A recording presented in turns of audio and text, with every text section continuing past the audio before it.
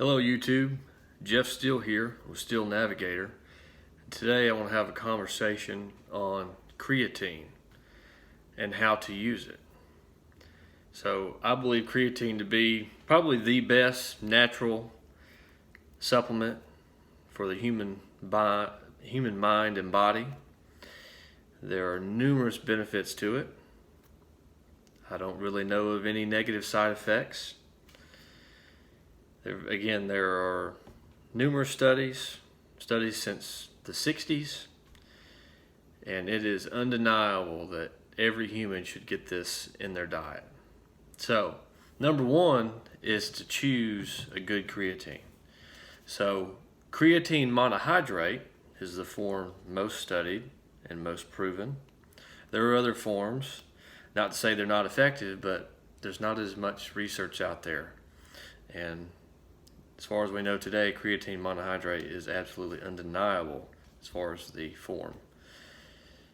Next step is to get the best brand money can buy, the best you can find. I've tried at least 20 different brands of creatine. There are low quality and high quality.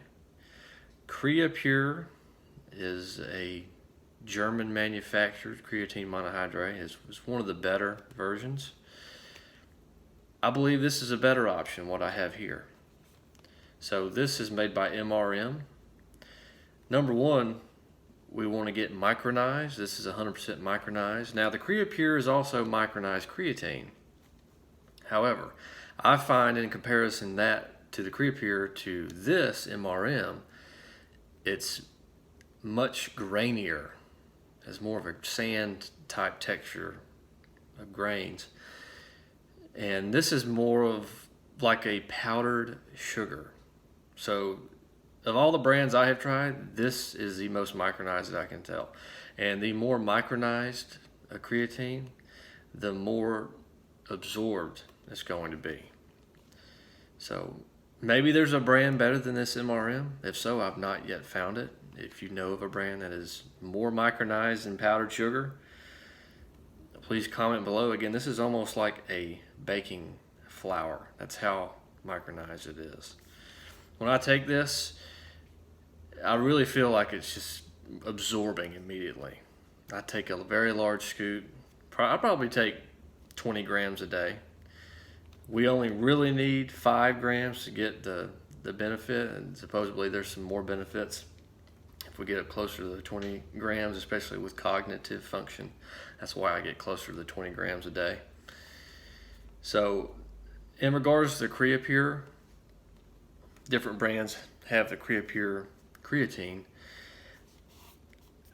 It being more grainy, I found that it was slower to digest. It would go into my intestines faster, and it was just slower to digest. And sometimes with creatine monohydrate, if it's not really broken down and into solution, it can cause stomach issues. For a while I was taking Creapure that was in capsule versions. I was getting 5 grams a day, but it was with 4 capsules. And I was having awful stomach issues, and I believe it's because the capsules were not releasing the creatine until well into the digestion process. And so I stopped using that, switched to a Creapure in the powder form. It got better, and then I found this, and again, this is the best I found. Almost zero stomach issues, amazing benefits. And in regards to how to take creatine honestly needs to be taken every single day. Every single day. There have been studies showing that if you take 4 days out of 7 days a week, if the 2 missed days are not consecutive, that one can get by. But really max benefit with creatine is taking it every single day, at least 5 grams a day, 5 to 20 grams, and at 30 days, muscles usually become saturated at that point. And from there forward is when one really starts seeing the strength benefits, the muscle mass benefits, and there are many other benefits such as cognitive function. And it's They say better to take it post-workout. I take mine with a pre-workout morning shake. Take a large scoop of it. I feel I get more of a placebo effect taking it before the workout than after. That works for me. You can try both, see what you like better. So, also, it's good to take creatine with a large carb-rich meal, such as a large breakfast with some oatmeal or other good slow digesting carbs. Also, a little bit of sugar to spike the insulin. That'll help drive the creatine into the muscles.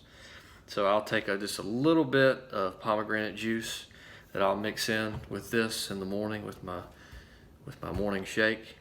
Just to get a little sugar. Supposedly that's supposed to help drive it into the muscles better. Also, it's essential to get in at least a gallon of water a day. So that's from the time we wake up till the time we go to bed, at least a gallon. If you can get a gallon and a half up to 2 gallons, depending on your work environment, what you're doing, that's great. But minimum gallon of water. So a lot of people think, oh, if I take creatine, it's going to bloat me. It's going to make me look bloated, less striated, less ripped. That's not true. Creatine does not put water underneath the skin, in between the skin and the muscle. Creatine puts water, fluid, inside the muscle cell. So if anything, it's going to make your muscles pop more and make your striations show even more. So that is a huge myth. Another rumor with creatine is that it can increase the hair loss chemical, cause baldness, and that has been proven in a study where those individuals already had that gene. So if one is predisposed to hair loss, maybe if it runs in the family, it can exacerbate that in that certain scenario. But even with that, the benefits far outweigh that small con, which is the only one that I really know of to be studied to be true. So, strength, muscle mass, I believe is to be the best supplement. And that's how to take it every day, 5 to 20 grams a day with a meal, before or after a workout. Like, subscribe, comment down below. Do you know of another brand better, a higher quality creatine monohydrate, better than MRM? Please let me know. We're about continuous improvement here. Thanks for watching. Have a great day.